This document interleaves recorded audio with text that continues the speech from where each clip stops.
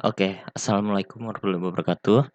Jadi pada presentasi kali ini saya Rifan Muhammad Akbar dan Ida Dahniar ini akan mempresentasikan mengenai penulisan unsur serapan. Oke, yang pertama-tama kita ketahui dulu pengertiannya itu apa.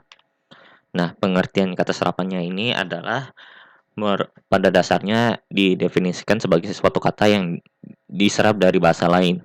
Namun, tetap berdasarkan dengan kaidah bahasa penerimanya.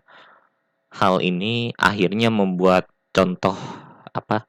Contoh kata serapan dalam bahasa Indonesia yang sebenarnya adalah kata yang sudah memenuhi standar dari kaidah kebahasaan utama dari bahasa Indonesia sendiri. Entah itu dari ejaan, ucapan, hingga faktor penulisan.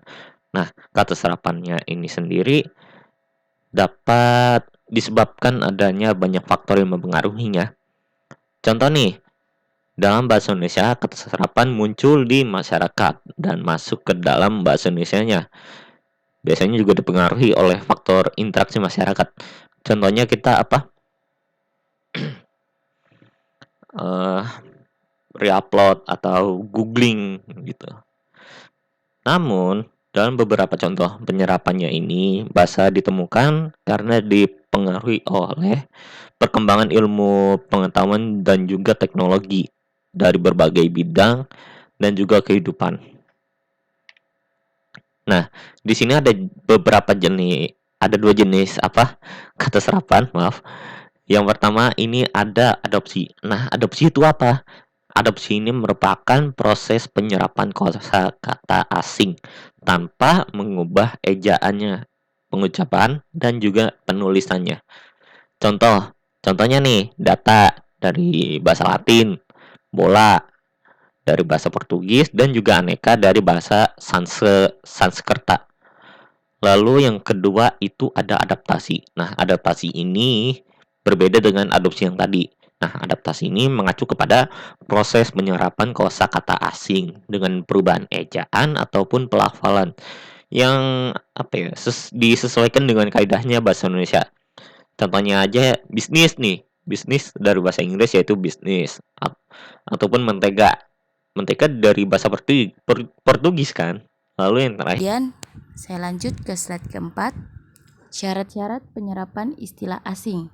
Proses penyerapan istilah asing ke dalam bahasa Indonesia dapat dipertimbangkan apabila memenuhi salah satu syarat berikut ini. Yang pertama, istilah serapan yang dipilih mempunyai konotasi yang lebih cocok.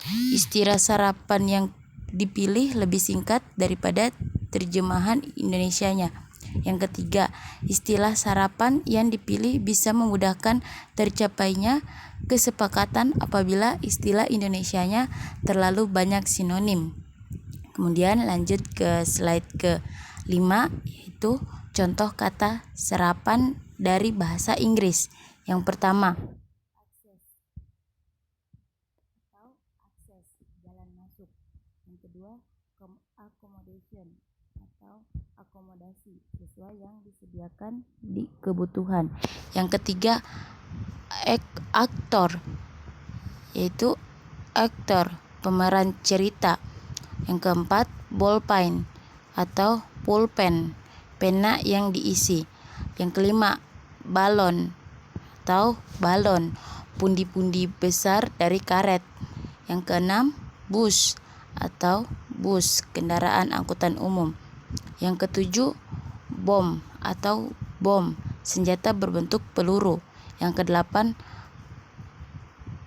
kalem atau kalem, climb atau kalem, tidak tergesa-gesa. Slide ke-6 yaitu penulisan unsur serapan.